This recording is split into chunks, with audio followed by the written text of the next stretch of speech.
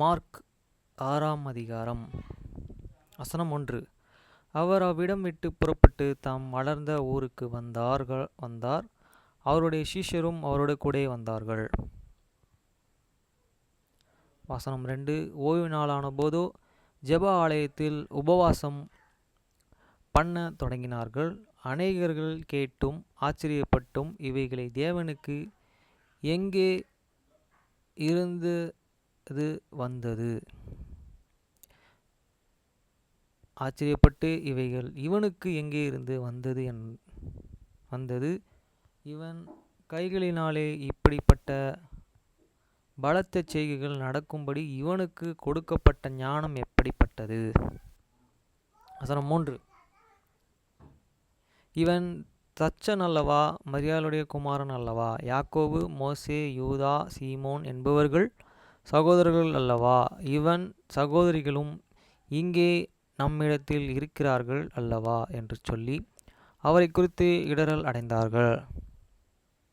வசனம் 4.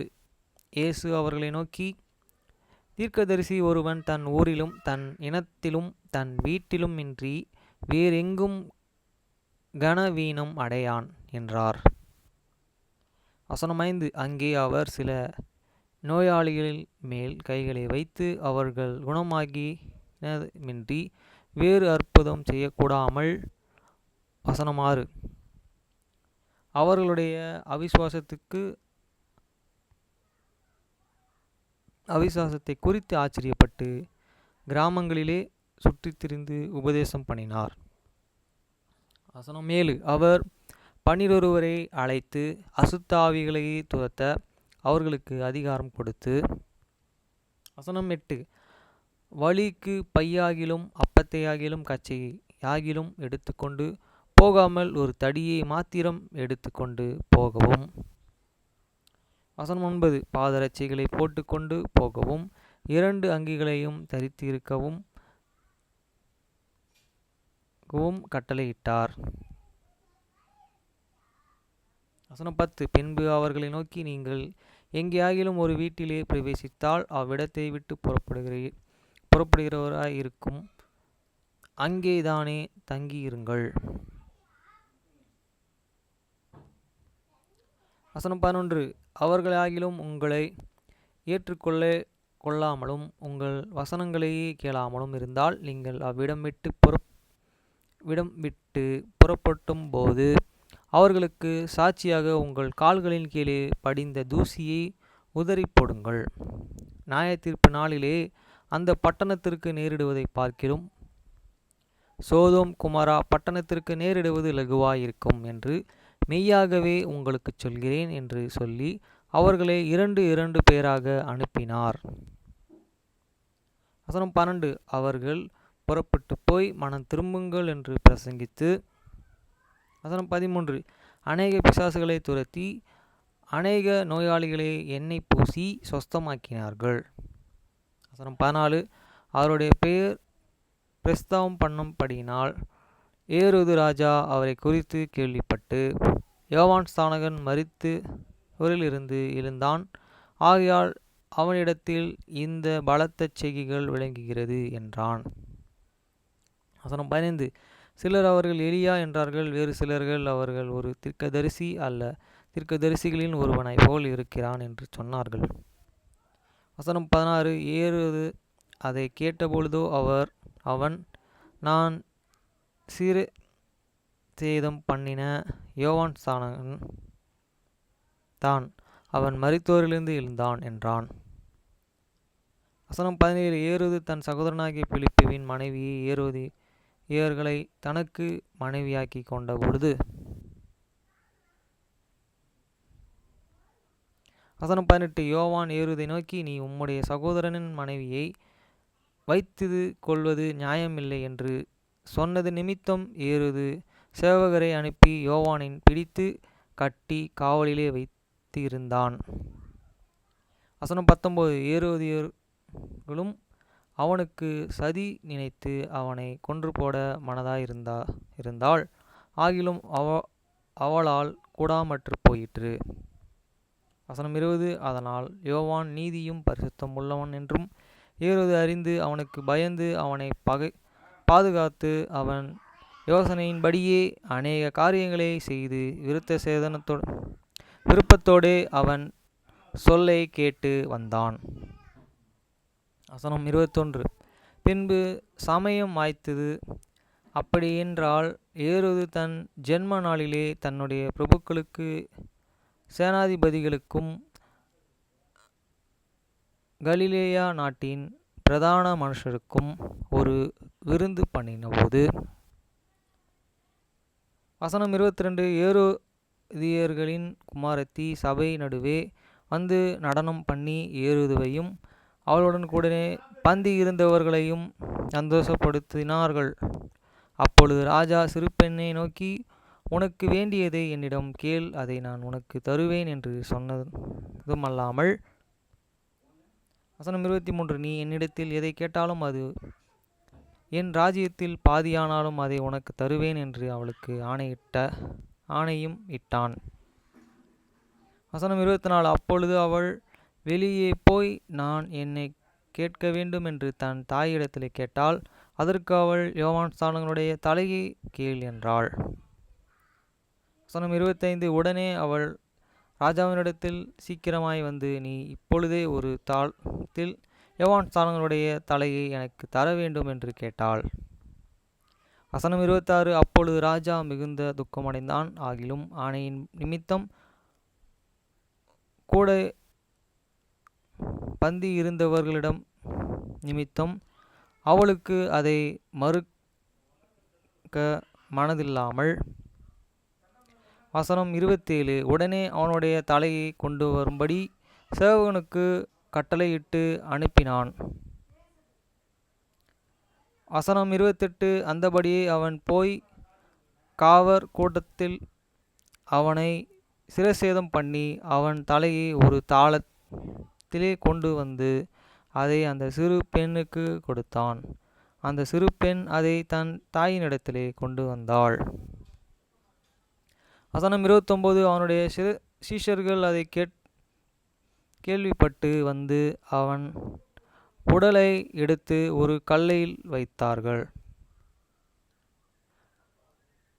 வசனம் 30. அப்பொழுது அப்போஸ்தலர்கள் இயேசுவினிடத்திலே கூடி வந்து தங்கள் செய்தவைகளை உபதேசித்தவைகள் யாவையும் அவருக்கு அறிவித்தார்கள்.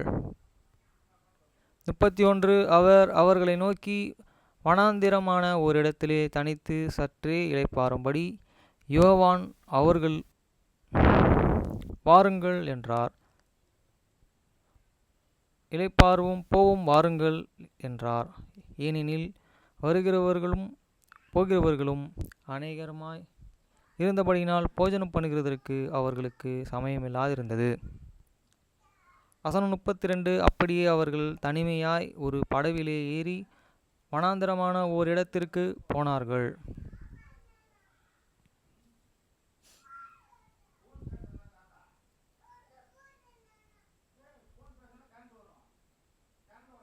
வசனம் 33. அவர்கள் புறப்பட்டு போகிறதை ஜனங்கள் கண்டார்கள்.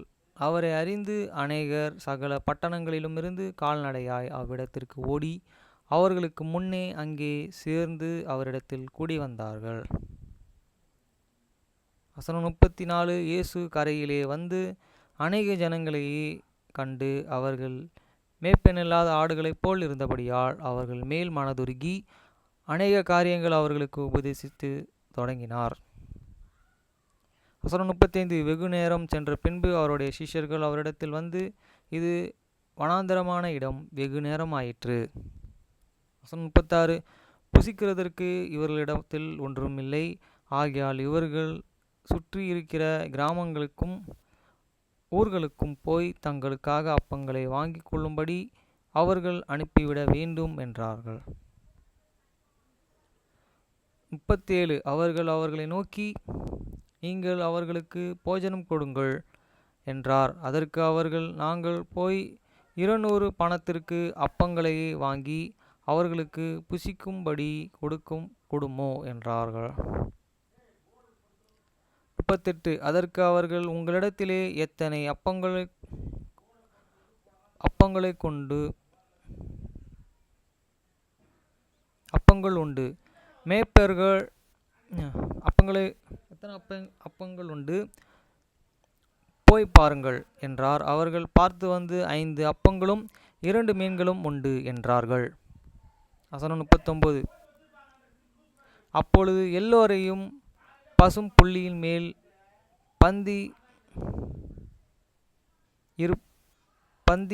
பந்தியாக உட்காரும்படிக்கு அவர்களுக்கு கட்டளையிட்டார். வசனம் 40. அப்படியே வரிசையாய் 100 பேராகவும் 50 பேராகவும் உட்கார்ந்தார்கள். வசனம் 41. அவர் அந்த 5 அப்பங்களையும் அந்த 2 மீன்களையும் எடுத்து வானத்தை அண்ணாந்து பார்த்து ஆசீர்வதித்து அப்பங்களை பிட்டு அவர்களுக்கு பரிமாறும்படி தம்முடைய சீஷர்களிடத்திலே கொடுத்தார். அப்படியே 2 மீன்களையும் எல்லோருக்கும் பங்கிட்டார்.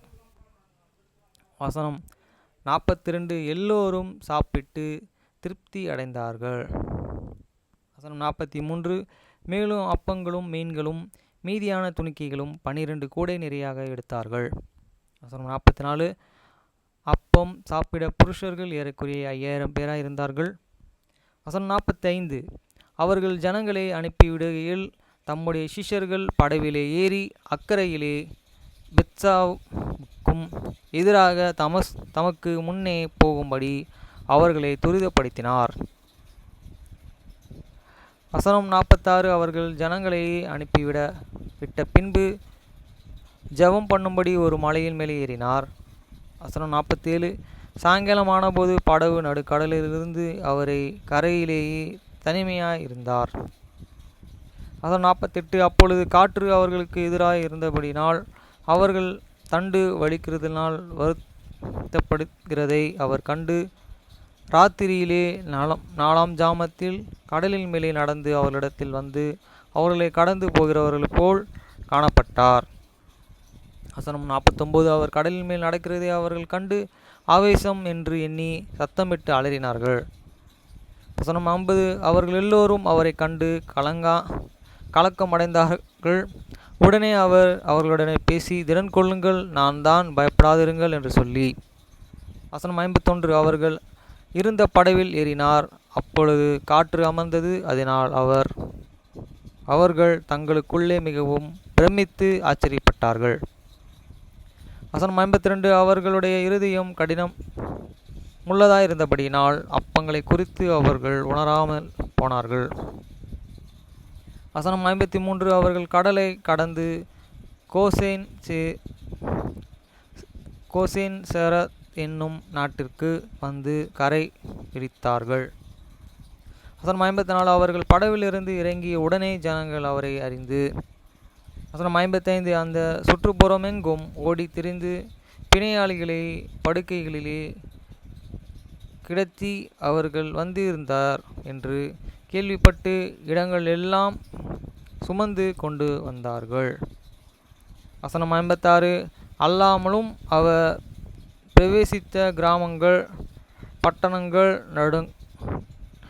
நாடுகள் எவைகளோ அவைகளின் சந்தி வெளிகளிலே வியாதிக்காரரையும் வைத்து அவருடைய வஸ்திரத்தின் ஓரத்தையாகிலும் அவர்கள் தொடும்படி உத்தரவாக வேண்டும் என்று அவரை வேண்டிக் கொண்டார்கள். அவரை தொட்டு யாவரும் சொஸ்தமானார்கள்.